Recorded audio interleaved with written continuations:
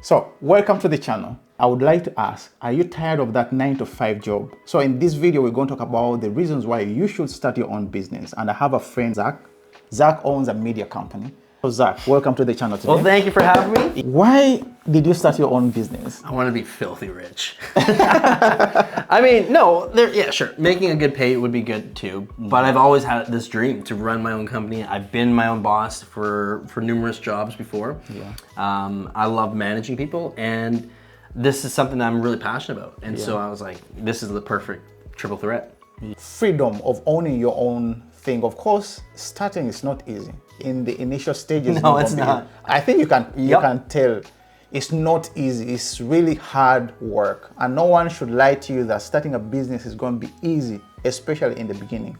But once you lay the ground, the foundation, and you put in the time, of course you're going to work even through the weekends sometimes, but over a period of time, you're going to have that freedom of not having to wake up to an alarm clock.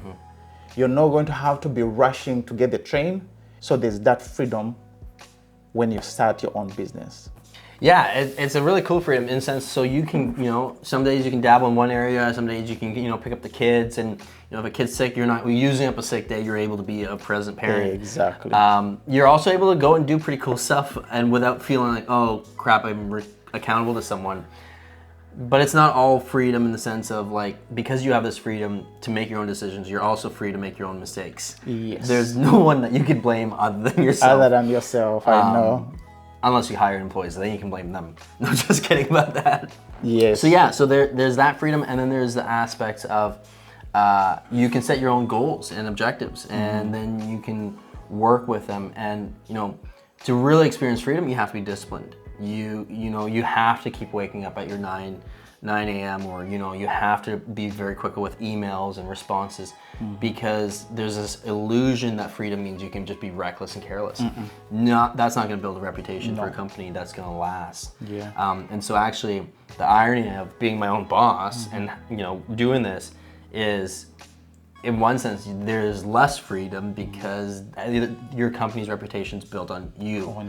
And so, if you have any self-respect, you actually want people to enjoy your company. Exactly. And speak highly of it. So it is not a free walk in the park. You will not make 10K a month in the first quarter necessarily. So it is not a job for the lazy. No, it is not. It is not. One should consider starting a business is that there's no limit to your income, or you own your own business. It is you who sets the price to what you are delivering.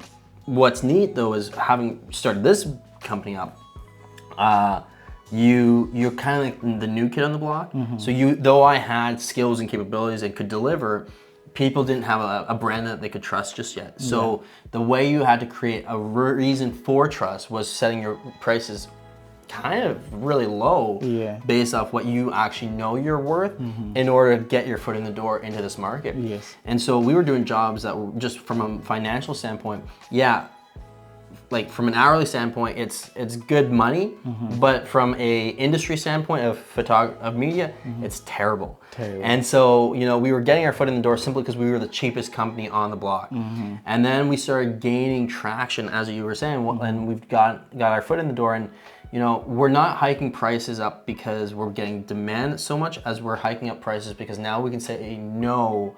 So let's pick and choose what we can actually do. And what's neat too is, I've got 3 kids.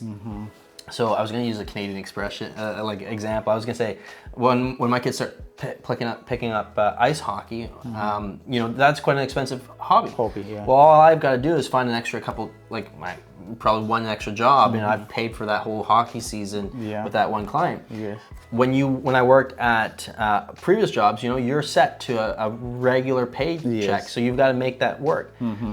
The tension in that is the fact that when you have a reoccurring paycheck, you know it's coming next month unless you get fired. Whereas when you're freelance work, you know, as long as you keep building reputations, building that need, yes, you'll get a paycheck, but your paycheck may vary depending on your clientele. Yes.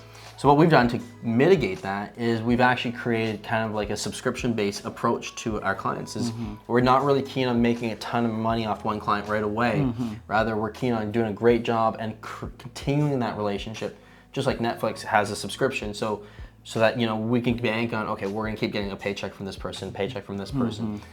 I would suspect, you know, in another 6 months or another year that, you know, our subscription rate can actually increase because there's more demand, as you were saying.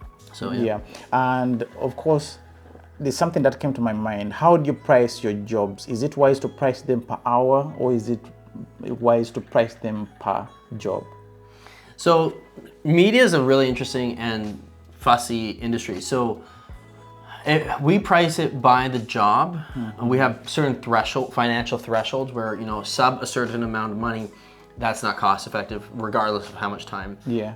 And then there's a sweet spot, and then there's if it's over this amount of money, if it's over this amount of money, we don't care what we're doing. We'll do the job, you know, at that rate, because realistically, you know, that's a highly efficient, profitable industry. You're not, in my context, you're not paying necessarily for that one transactional good. You're paying for experience, because the reality is my competitors, everyone's got a great iPhone or a phone and they can film it. And so the argument is, well, what do I bring to the table that supersedes what you can do on your phone? And so what comes with that is experience and understanding that has taken 10, 15 years to develop and continue to refine. So yeah, that's kind of where we're at. So we price per contract versus per hour, because an hourly rate just doesn't make sense in our industry. That is so true. And there's one time that we spoke, and you say that your main aim or your ultimate game to starting your own business is that one day one or two of your children could take over the business. Yeah, so that's one of life dreams is for my kids. They don't have to work there full time. They don't have to become the owners. But I would just love to spend time with my kids. Yeah. And so, you know, you spend so much time working, and if my kids can spend summers working with me, or, you know, if one of the three of them chooses to stay on board, cool, awesome. There's no pressure to continue the family business. I'm not, you know, holding that on them. However, I think it would be really cool to spend time with my kids. Because actually there's a few people we've got who work with us, and one of the main thresholds is, do I enjoy spending time with you? Yes. And if I do, then that's going to be a huge advantage. And so that's kind of the one of the cool advantages of having your own company is you can pick who you work with, and you might as well pick people that you're going to enjoy.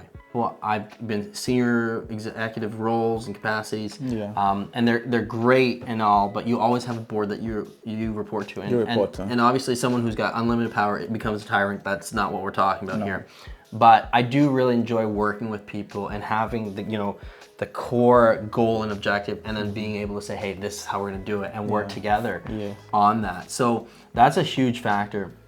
Another factor to it is this is an area that I'm really passionate about. And so I'm like, you know what? You spend so much time working.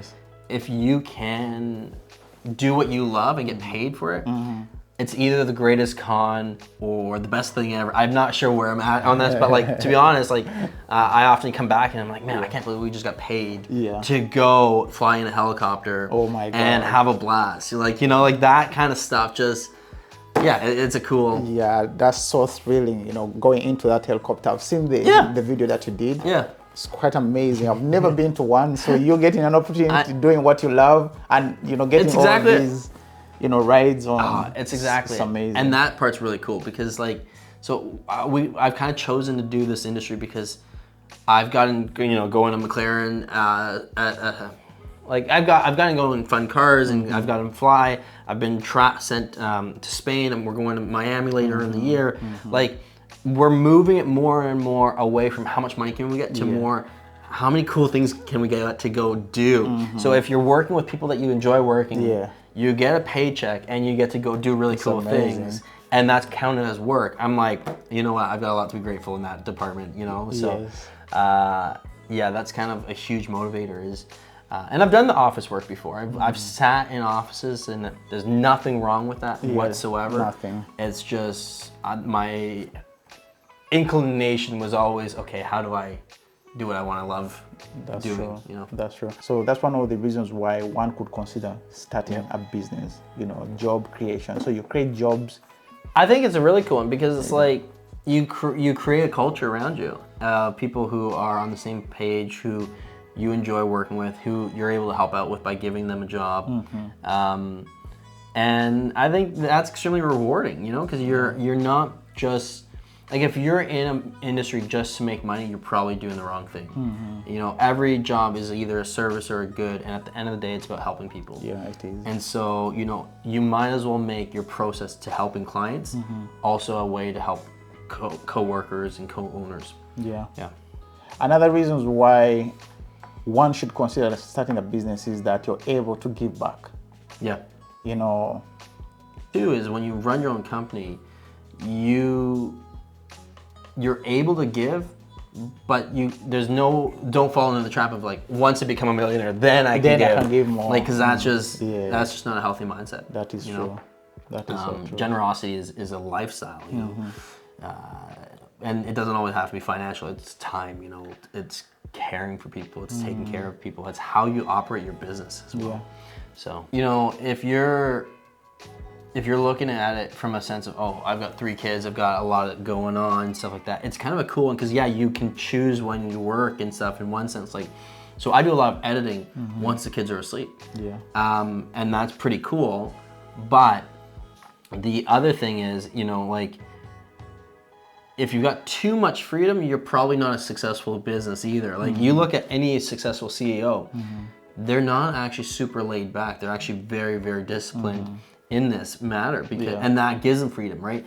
So one of the cool things is, like, normally I don't work on a weekend, and I love that. Like, I'm fully free, and you know, like, so yesterday I was coming back from the airport, and you know, I didn't need to be in the office till 11 o'clock. Yeah, that was pretty cool. That's true. I had no one breathing down my throat saying, "Hey, come on, you know, you need to do this and that." So there is freedom of just, you know, life, because I think when you work it in business, you've got to be careful on how often you're late, how often, you know, things come up. Or maybe your bosses are fantastic and they're okay with that, but you're still kind of like under that pressure. Yeah. I need to. When you're your own business owner, like, it's pretty cool. Like, hey, I'm gonna show up when I can, as soon as I can. But sometimes, you know, the kids are kicking up, or sometimes you need to help with, you know, and that's pretty cool. That's a big favorite aspect of it.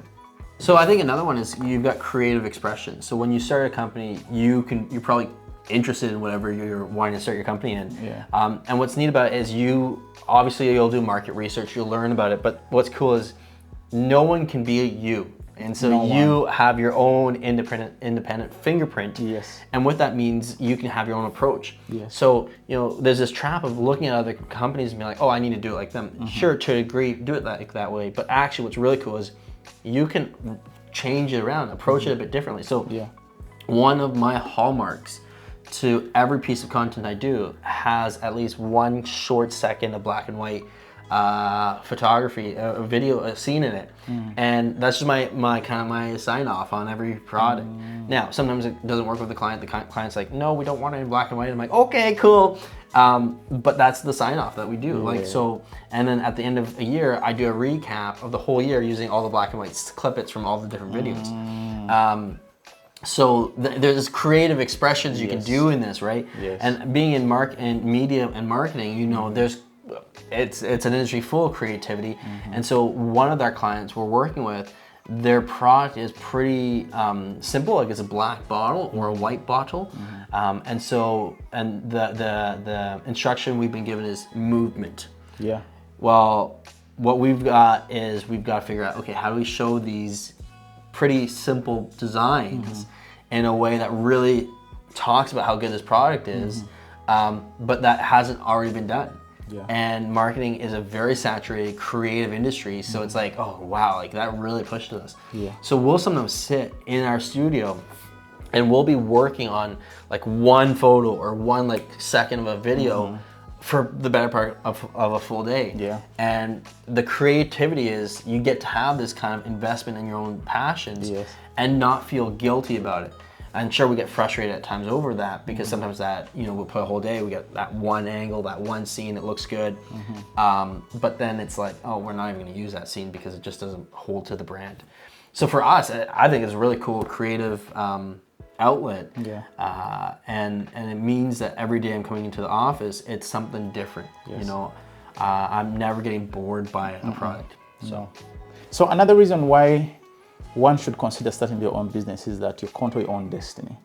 You know, one of the things is that working for someone, a day comes, probably the business is struggling, and they hand you a slip and say, you know what, we no longer need you.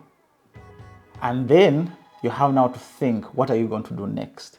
Especially you've dedicated a lot of years to this business to grow it, and then one day the job vanishes just like that. The truth be told, it is good when you have a job, you have that steady income. You know that every end of month, I'm going to get a paycheck in my hand. But that paycheck, someone is calling the shots. Anytime someone can pull the rug under you. And once that happens, things change, especially your lifestyle. So owning your own business, you can control your destiny. Yeah, and that's the success of building your team and building your company. Like initially you're putting the blood, sweat, and tears into every aspect. And as you build it, building it for longevity. Because if you can build it so it doesn't fully depend on you, your hand in every pot at all times, then it means that there's a chance that this might last longer than you will. That being said, you are important to your company. If you make it so that it can run fully without you, you're kind of missing why you even got involved in the first place. Why would you want to be disengaged from the very thing you got into? But at the same time, that's down the road. That's not an early days kind of approach at all. It's a very like, you get to that eventually, you know, it's just cool. You do. But it takes discipline, it takes time and work to get to that point where you've got, you know, you've established your destiny. And yeah, like, and part of it is, so for us, we have this approach where we don't let a client be more than 15% of our month's profits, because in that case, if they were more, if they pull out or if they cancel, then as a company we'll really feel a hit. So we try to diversify it so that, you know, it's layered, it's protected, it's not gonna be just taken out by this one client, be like, yeah, you know what, we don't need to work here and work with you guys anymore. So yeah. That's true. So guys, if you found value in this video, please remember what you always do. Hit the like button, subscribe to the channel if you've not done that yet, and also share this video. The more we educate other people, the more they'll become financially independent.